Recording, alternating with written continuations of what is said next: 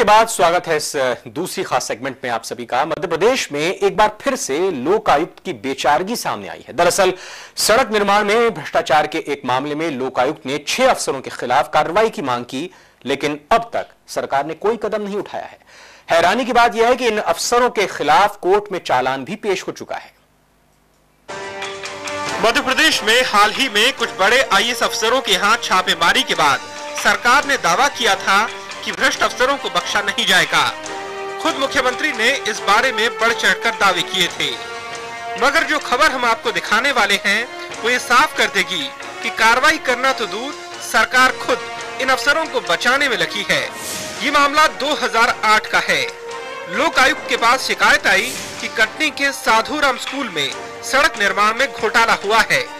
इस मामले में कटनी के तत्कालीन नगर निगम आयुक्त लक्ष्मीकांत द्विवेदी, रमेश सिंह बघेल, प्रभारी पीडब्ल्यूडी मंत्री अनिल जायसवाल, नगर निगम अकाउंटेंट भरत लाल बेलैया, जनसंपर्क अधिकारी नगर निगम राम नारायण सेठिया, सहायक यंत्री नगर निगम संतोष कुमार जैन के नाम इस फर्जीवाड़े में सामने आए, जिसके बाद इनके खिलाफ संबंधित धाराओं के तहत मामला कायम कर लिया गया।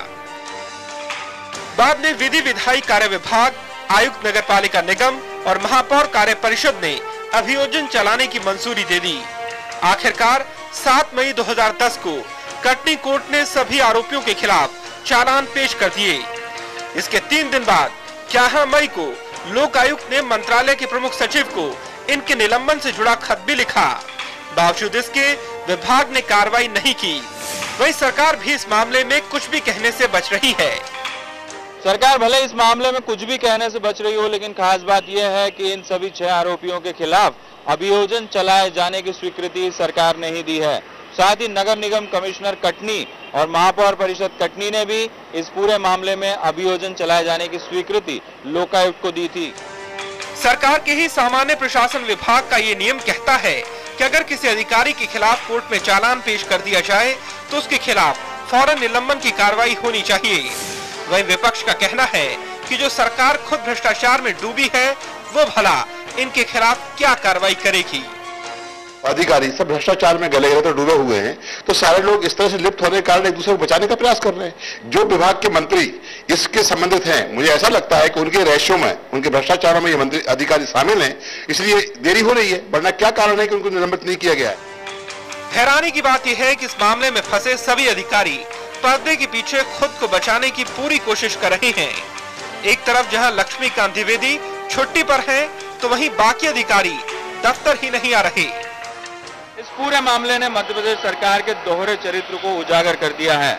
मध्य प्रदेश सरकार एक तरफ भ्रष्टाचारियों पर लगाम कसने की बात करती है, तो दूसरी तरफ लोकायुक्त के पत्र को ही नजरअंदाज किया जा रहा है। दूसरी तरफ अधिकारी है कि वो खुद को बचाने के लिए जी जान से अपनी कोशिशों में जुटे हुए हैं। कैमरामैन विवेक गुप्ता के साथ विजय मांडगे, सहारा समय, भोपाल। विजय मांडगे से बात करेंगे इस पूरे मामले पर। विजय जी, जिस तरह से आपने पूरी खबर की है, एक बात साफ यहां पर हो रही है कि जो काबिल अधिकारी हैं उनका हौसला टूटेगा, और जो इस तरह से भ्रष्टाचार में शामिल होते रहे हैं या फिर जिनकी मंशा होती है कि भ्रष्टाचार किया जाए, उनका हौसला बढ़ेगा। बिल्कुल, ये जो पूरा मामला है इससे तो यही जाहिर हो रहा है, और कहीं ना कहीं सरकार इस पूरे मामले में ऐसे अधिकारियों की मदद करती हुई दिखाई दे रही है, क्योंकि लोकायुक्त ने साफ तौर पर लिखा है और सामान्य प्रशासन विभाग का जो नियम है उसका हवाला देते हुए एक पत्र लिखा हुआ है मुख्य सचिव को कि इन लोगों के खिलाफ जो है चालान पेश कर दिया गया है कोर्ट में। अब चूंकि सामान्य प्रशासन विभाग का नियम कहता है कि यदि किसी भी स्तर का अधिकारी हो, उसके खिलाफ यदि कोर्ट में चालान पेश कर दिया जाता है तो उसे तत्काल प्रभाव से अपने पद से निलंबित कर दिया जाए। खास बात है कि 1.25 महीना बीत चुका है, इन अधिकारियों को अब तक निलंबित नहीं किया गया है। 11 मई 2010 को लोकायुक्त ने यह पत्र जारी किया था और आज जो है वो 28 जून हो चुकी है। तो इतना लंबा समय आखिर क्यों लिया जा रहा है? सरकार क्या कर रही है? इस पत्र को नजरअंदाज क्यों किया जा रहा है? और क्या लोकायुक्त की कोई अहमियत नहीं रह गई है?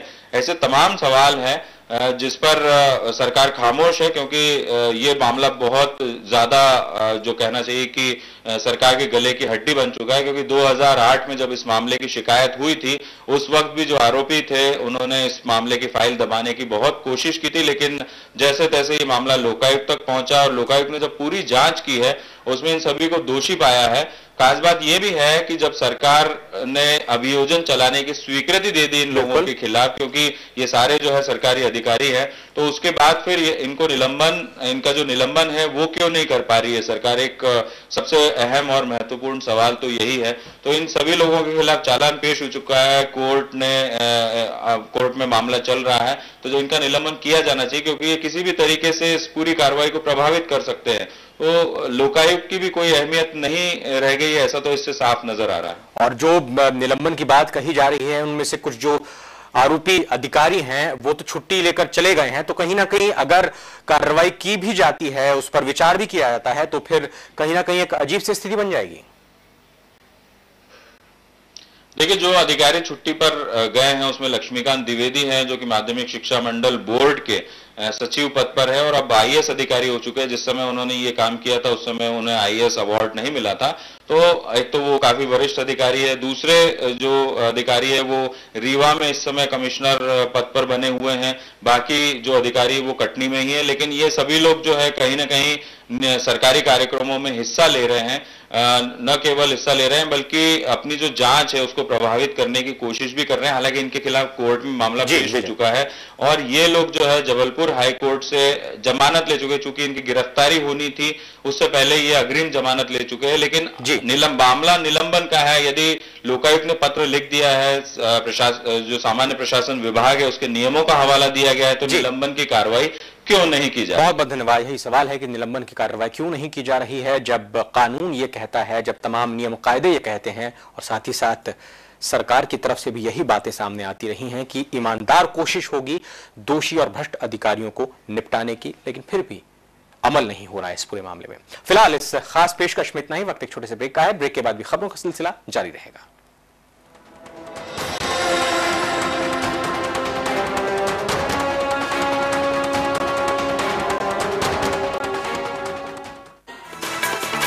News update